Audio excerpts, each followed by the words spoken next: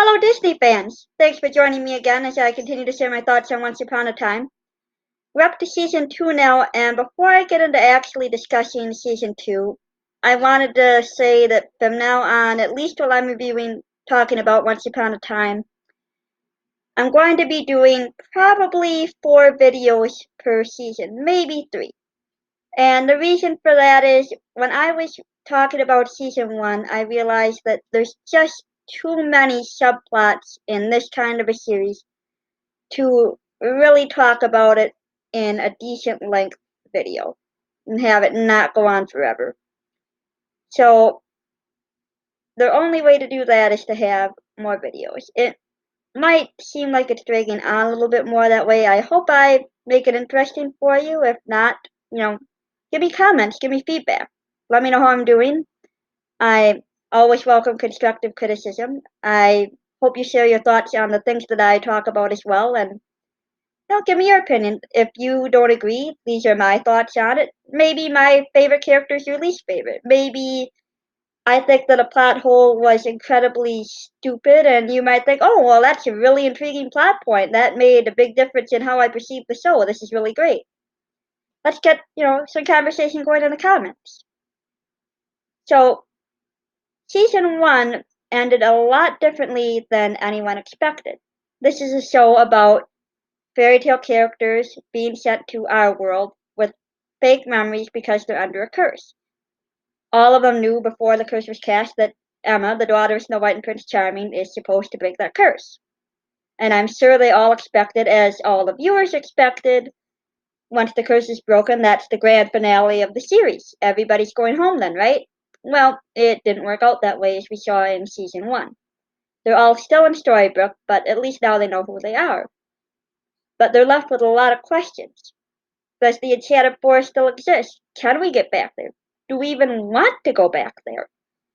Because they've lived these past lives for 28 years, and even though time was frozen in a bubble for them, with each day pretty much being the same, that was their lives, and they have all those false memories still in their heads.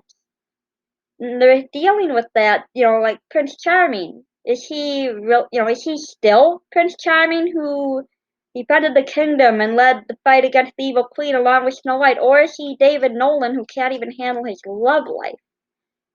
Who is he?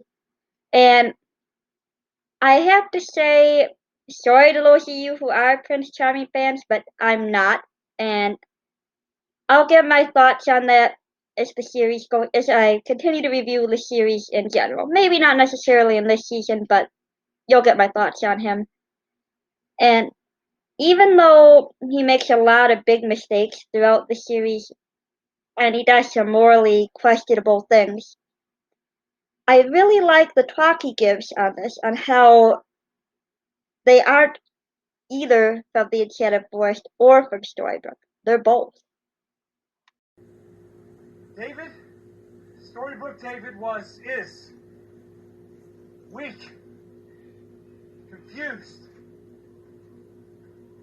and he hurt the woman I love. I wouldn't give up being charming just to be him. But you know what? I wouldn't make the other trade either. Because that David reminds me not only of whom I lost, but of who I want to be. My weaknesses and my strengths. David and the prince. I am both. Just like you. You are both. The town is both. We are both. Stay here and every choice is open to you. Live in the woods if you want. Hell, live in a shoe if you want. Or eat frozen burritos and write software. Let's open Granny's, the school, and get back to work. I will protect you. She won't be able to hurt any of us, not as long as I'm alive. Can you imagine waking up from a curse to remember who you really are, and yet having all the false memories still in your head? Jefferson talked about that in season 1, and he talked about how it was a curse, how it could be so maddening. And yet here, they're finding strength from that. And that's a really interesting concept, and it says something about Charming's character. He also has his flaws as a character, and I will get to them. As I said, he's not one of my favorite characters. But I really love how he finds strength in this moment. And you can see how he and Snow are leaders of Storybrooke. Now, the sea that he said he'd defend everyone from is, of course, Regina. Now that the curse is broken, it took about 5 seconds for everybody to form an angry mob and come after her. Regina has magic, she should be able to defend herself. That doesn't go as planned for her. You wanted to see your queen? Well, my dears, here she is. She's powerless. A common thread through this series is that the heroes always show mercy. So they're not going to just let Regina get torn apart by the angry mob. They take her to jail and they lock her up both for her protection and the protection of everyone in Storybrooke if she would happen to regain her magic. But Regina isn't quite safe there. Remember in Skin Deep that she lied to Rumple, told him that Belle was dead, and locked Belle up in the Storybrooke Insane Asylum for the past 28 years. Since time was frozen, of course, it wouldn't have seemed like that, but still, she was in an insane asylum that long. Rumple is the kind of person, if you try to go against him, he's probably going to show you mercy. Maybe not always, but you have a really good chance with him of showing you mercy. If you hurt someone he loves, you're not gonna turn out so well. There should be a Surgeon General warning on not hurting someone Rumple loves. It may be hazardous to your health. Side effects may include being turned into a snail and stomped, having your heart ripped out and crushed, or having a soul-sucking wraith sent after you, which is what he did to Regina. He marks her to be attacked by a creature that is basically a Dementor. And of course, the heroes have to save her from that.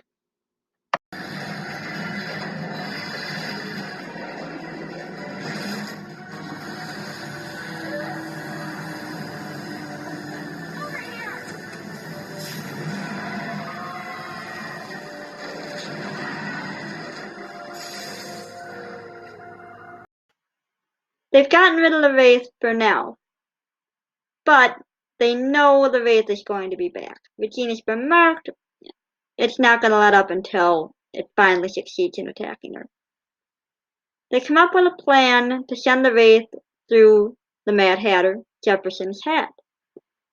His hat can create a portal. They figure they'll send the Wraith back to the Enchanted Forest.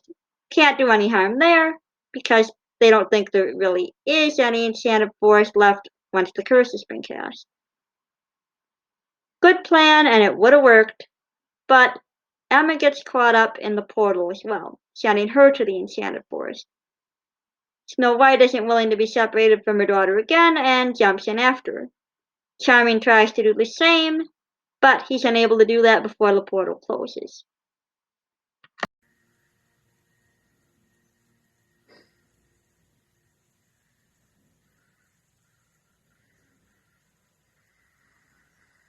Where are they? I have no idea. Are they dead?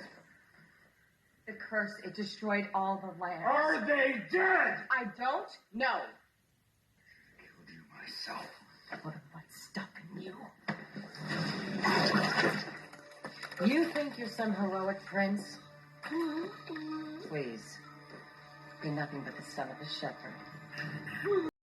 That reminds me, I really had to explain something that I ended up leaving out when I talked about Season 1. Prince Charming is not really named Charming, of course. That's a nickname given to him by Snow. And it turns out he is not even really a prince. What happened was there was a king named George, and George's wife was cursed to not be able to have children. He's a king, he needs an heir. We've heard of this in our own history, like with Henry VIII.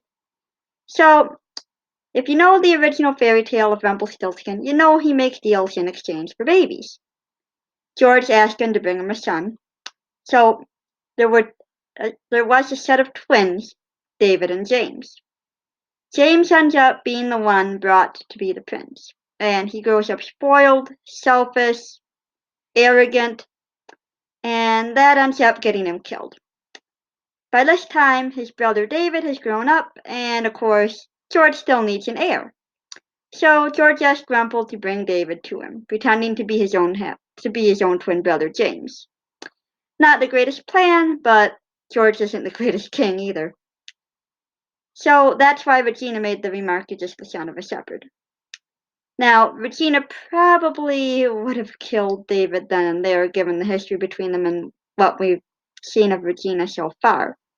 But Regina does not want to hurt Henry. Henry is everything to her, and we've seen that she does. We're going to see more and more, I should say, through season 2 that she does really love him. We've seen her say that, but in season 1, most of her relationship with Henry is a tug of war that she's trying to pull him towards her instead of Emma. We know that she has been the one, as she said in the season 1, to change every diaper, soothe every tantrum. She was always there for him, and of course she's going to resent Emma being there. And of course she doesn't like him knowing that she's the evil queen. But she does want him in her life. And when Henry comes to see her attacking his grandfather, he is revolted by it. And that's when Regina backs off and says, "Okay, I'll try to help get Emma and Snow back." Meanwhile, we see how Emma and Snow are doing in the Enchanted Forest.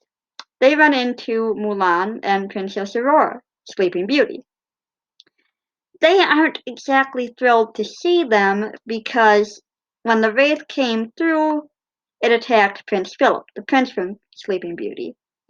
And they blame Snow and Emma for that.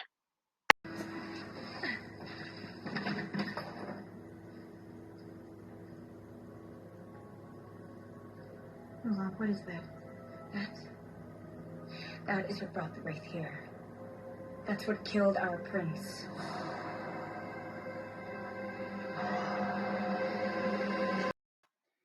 They're going to have to go through a lot before they're going to be able to get along. And they're going to be facing a lot of problems as they try to get back home, while David's trying to figure out how to get them home from his side.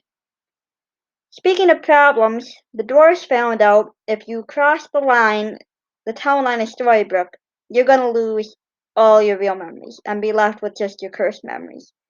And this time, there's no more curse to be broken. It's already been broken.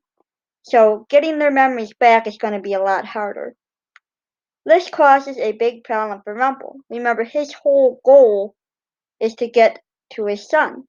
He's finally in the world where his son is. All he's got to do is leave Storybrooke and he can go start looking for him.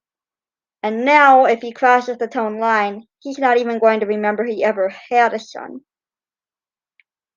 This messes up his plans big time for now, but Rumple isn't the kind of guy to give up. He's in it for the long game and he's going to find a way.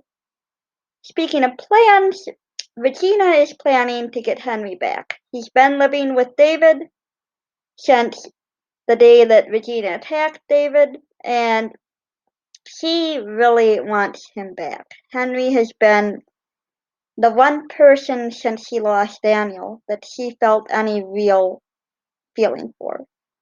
The problem is she doesn't know how to love. She knows how to possess. And she comes to get Henry when there's a meeting that David ended up not showing up for. What do you want? Me. She wants me. Okay? I'll come with you. Just leave him alone.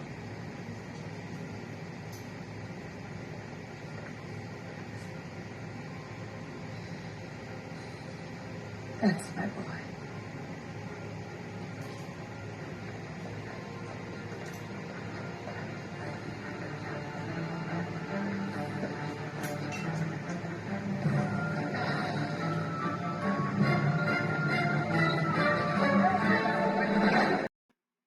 We've seen that Henry is a smart, resourceful kid. He's gonna try to escape, but he doesn't get very far.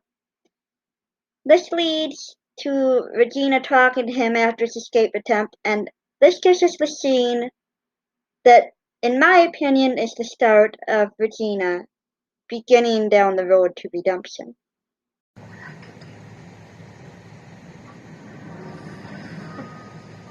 And I can teach you. You can do this and so much more. You can have all the friends you want come over anytime, and you can show them everything in your book. No one's gonna want to come over here. They're scared of you. You can make them not be scared. You can make them love you. I don't want that. I don't want to be you.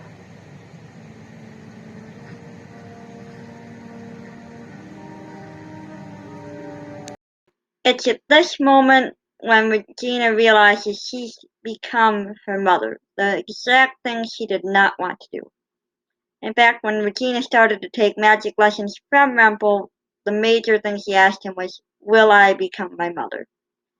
His answer was, "That is entirely up to you." We've seen that she's made a lot of bad choices and she had a lot of negative influences in her life. Now she's finally starting to make the turn in the direction she needs to go. Back in the Enchanted Forest, Emma and Snow are having a lot of problems getting back. They try to find the magic wardrobe that they sent Emma through to get her to our world in the first place when she was a baby, but they have to destroy that because somebody is back in the Enchanted Forest that they do not want to deal with, and that is Cora. So they had to destroy the wardrobe to keep Cora from coming back through the Storybook. We get a lot of good flashbacks in Season 2 of both how Regina and Cora were taught. If you know the original story of Rumpelstiltskin, you know that he spun gold that he spun straw into gold to help the miller's daughter. Well, turns out Cora was the miller's daughter. And she and Rumple start to have a relationship.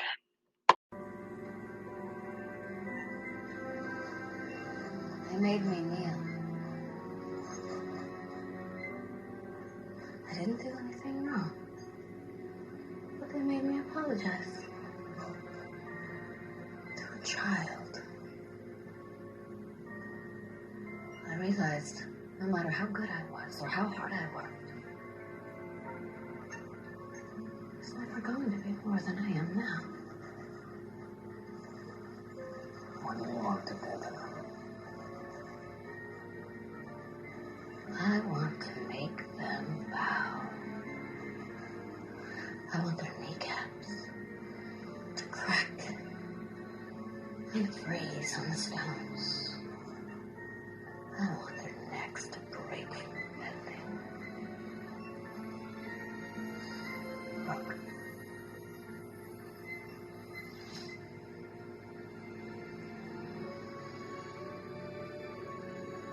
I did it. I'm going to live. You're gonna do much more than that, dearie. So we see what can vaguely be referred to as a relationship between Cora and Rumple get started.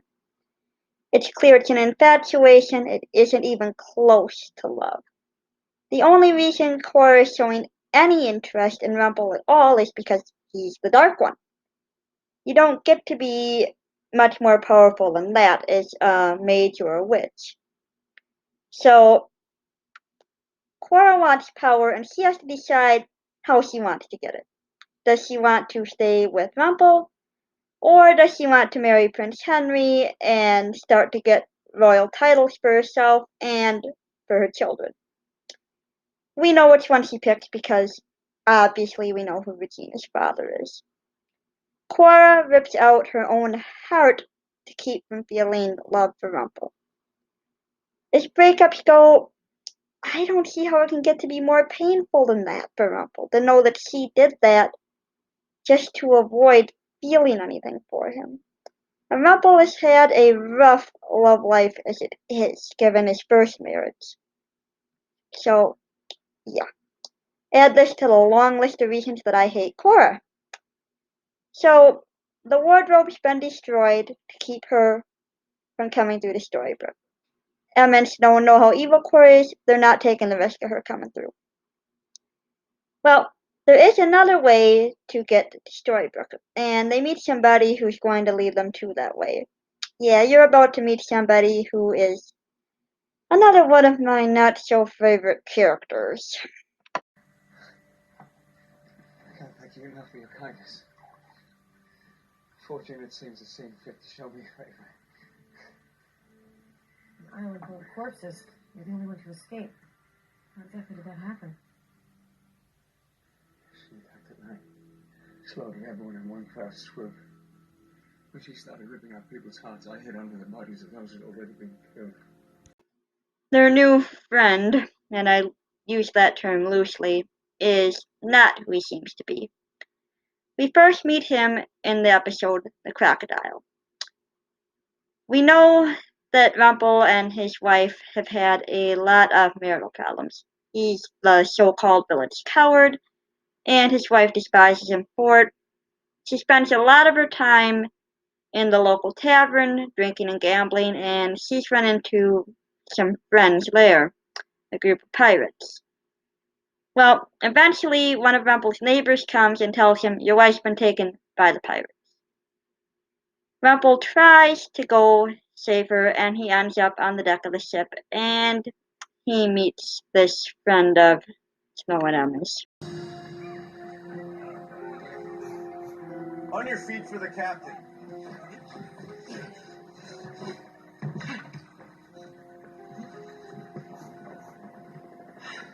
I remember you. From the bar. That's always nice to make an impression.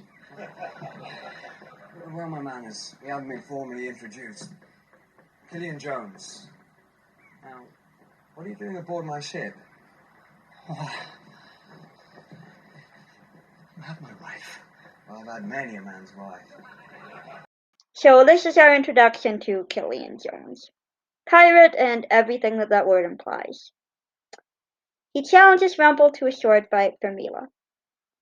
Rumpel refuses that fight and is labeled a coward for it, even more so than before. Is this cowardice? In my opinion, there's a difference between being a coward and knowing a fight that you're not going to achieve anything by. If Rumpel had stayed and fought, what do you think's going to happen? In all common sense, he's going to lose. He's got a crippled leg, and he's not too skilled with a sword. He's had very little training with it. If anything at all, he had a little training before the Ogre War, and we saw those soldiers were not too well trained. He's got Bay waiting at home, and Bay is relying on having at least one parent there. Mila's not going to come back. The only way she'd be coming back would be maybe if Rumpel won that fight. Maybe. And that's almost certainly not going to happen. There's nothing to be gained there by him staying and fighting except leaving his child completely alone. That was the whole reason he left the Ogre War in the first place, crippled himself, was so that Bay would not be left without a father. His whole goal is to be there for Bay. That's just being a good parent. He can't leave his son alone. We know that they're separated, of course, and he tries to do everything that he can to resolve that. So years later, he's trying to get a hold of a magic bean to follow Bay into the land without magic. He finds out from Mr. Smee that there's a chance of getting one. He agrees to meet Mr. Smee, and he runs into good old Killian again, only this is a little bit different this time. You! Stop! Even gutter rats have more manners than you just displayed. Ah, I'm so sorry, sir. I was wrong. Not a rat at all. More More like a crocodile.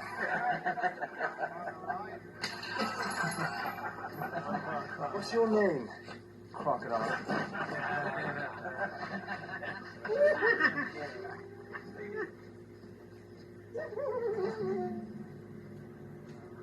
You. I remember you. Always nice to make an impression. Where are my manners? We haven't been properly introduced. Rumpelstiltskin, or as others know me, the Dark One. Yeah, good old Killian's about to find out. Better be careful who you bully. Not going to turn out well for you in the end. Rumple would have ripped Killian's heart out then and there and crushed it, but Mila turns up, confirming she left with him willingly all those years ago. So instead of killing him then and there, Rumple challenges him to finally have that duel on board his ship. That does not end well for Killian. I'm afraid that's not in the cards for you, Sunnydale. In case his crocodile remark to Rumple earlier didn't give you a hint, I'm pretty sure seeing his hand cut off lets you know who he is. Turns out Killian Jones is Captain Hook, and he wants revenge. Not just because Rumple cut off his hand, but because Rumple killed Mila. I hear a lot of you, how can you like a character who killed like that? Well, I can't feel too sorry for Mila. I'm sorry, I can't. Mila told Rumple she wished he had died when he came back from the Ogre War. She went on about how other women became what she considers to be honorable widows, while she was stuck with the village coward. She left him to raise Bay alone, and that was the question he asked her when he sees her again all those years later. How could you leave Bay? Her answer is because I was so miserable at home because I never loved you. That's probably not the smartest thing to tell the Dark One. I can forgive a remark, I know that's not something worth killing over, but I can't get over how cold-hearted she was, both to him and Bay. So I can't feel much regret over her death. Well, that gives us why Hook wants to get the storybook. And he tells Emma, who has figured out who he is. Well, she didn't figure out who he is, but she has a way to know when someone's lying. It's like an inborn gift with her, although it's not always reliable. But she knew he was lying. He admits he's Captain Hook, says, I want to get the storybook in order to get revenge on Rumple. And I can get you back there, he tells them. The wardrobe that they destroyed can still be usable. The ashes can still open a portal. Problem is, the portal isn't exactly controllable without the use of a magic compass. There's only one way to get that compass. It's on top of a magic beanstalk. Pretty sure you guessed where this is going. Magic beanstalk, there's a giant at the top. The Jack and the Beanstalk story is a little different than we know, though. Turns out the giants are in fact the good guys, who were killed by humans, except for one. His name is Anton, he's known to his friends as Tiny, and Emma spares his life. In exchange, he lets her get out of there with the compass, and she ends up leaving Killian behind. Yeah, would have been nice if he was stuck up there, but we'll get back to him later. Meanwhile, in Storybrooke, they're worried because they know that Cora's going to be coming back. She's got her sights set on getting the Storybrooke too.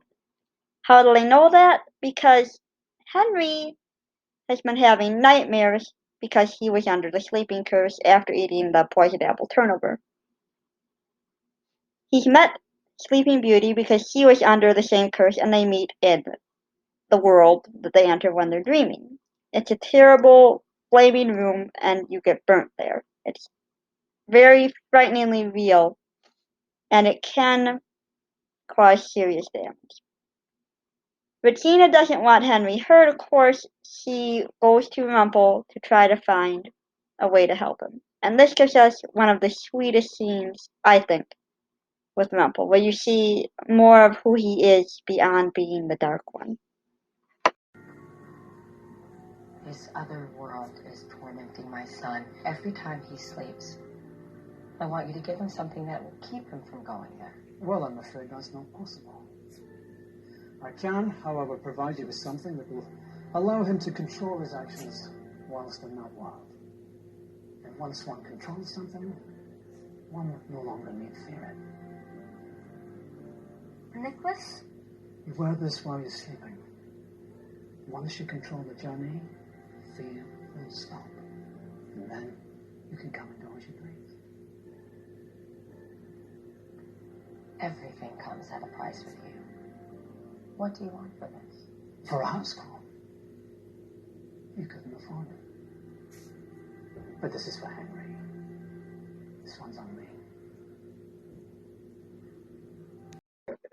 Really listen to Rumpel's tone in this scene.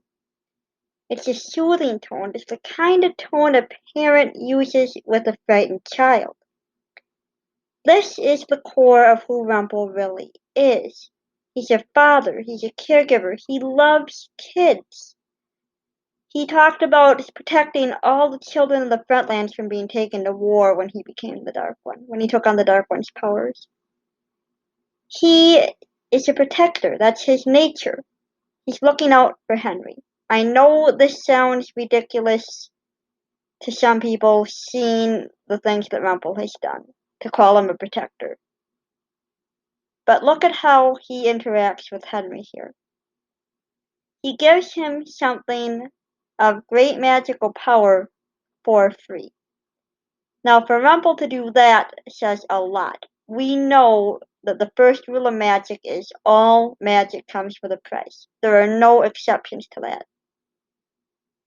The price for this, given the rules of the show's universe, would have had to have been paid somehow. And the only logical answer is that Rumpel paid that price somehow. We never find out what that price is, or it's never confirmed how he paid it either, but given the rules of the show, we know he must have. I really love how he interacts with Henry. It's obvious he has a soft spot for him. And that is especially warming to look back on when you find out something about Rumpel and Henry later on. I'm not going to spoil it just yet for those of you who haven't seen the series and who are watching my talks on it without having seen it yet, but I'm going to be talking about that in the upcoming video. We don't have time to get to that point in the story in this video, though, if we're going to keep it a decent length. So, now Henry has a tool to control how he gets around in that dream world. And I also want to say I love Rumpel's advice on how once you can control something, you don't have to be afraid of it anymore. And that advice has helped me with a great fear that I had and overcoming that at a time when I really had to. So,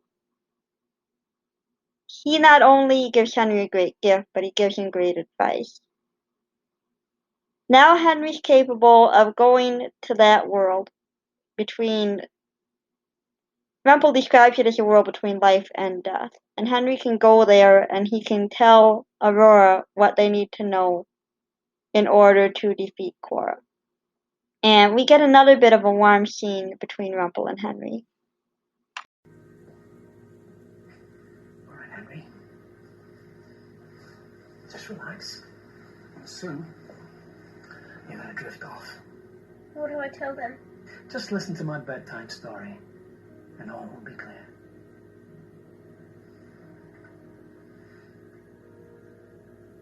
Once upon a time, Snow White and Prince Charming needed to stun a very powerful magician long enough to lock him up in a dark dungeon. That was you. They used Cinderella to trap you with a magic quill. Yes, indeed. A quill. And yet, it wasn't the quill itself, but the ink that captured the Dark One, harvested from the rarest species of squid from the bottom of a bottomless ocean, impossible to find unless you're a mermaid or me. but not a private supply.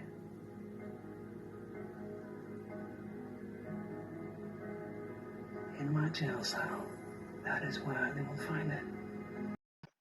You can really hear that wonderful soothing tone in Rumple's voice again here. He tells Henry what to do in the form of a bedtime story. And I think that's a wonderful detail to show Rumple's paternal nature. This is a man who loves kids, and you can tell Henry's special to him. He doesn't have to say that Henry means a lot to him. You can tell it in his voice and his actions. Henry matters a lot to Rumple, and I wish we had more moments like this where that shines through and you can really see it. So now Henry knows the information he has to pass on to Snow and Emma. Get the squid ink in Rumple's old cell. That also lets us know something else about Rumple. He could have escaped that cell at any point that he wanted to. It tells us how much in charge he really is. He is a master planner who has set up how to get back to Bay in a plan that has been 300 years in the making. Yes, he made a mistake, and a terrible one, that he has been grief-stricken over all these years. But he has done everything to make up for that mistake. And that's one of the reasons why I love this character so much. I think that that's a good point to end this video. I know that there's still a lot of cliffhangers, but I don't want this video to get too long. There's a lot more story to go, and I hope that you'll rejoin me for it. I hope you're all staying safe given what's going on right now. Take care, leave me some comments, and until next time, remember the magic.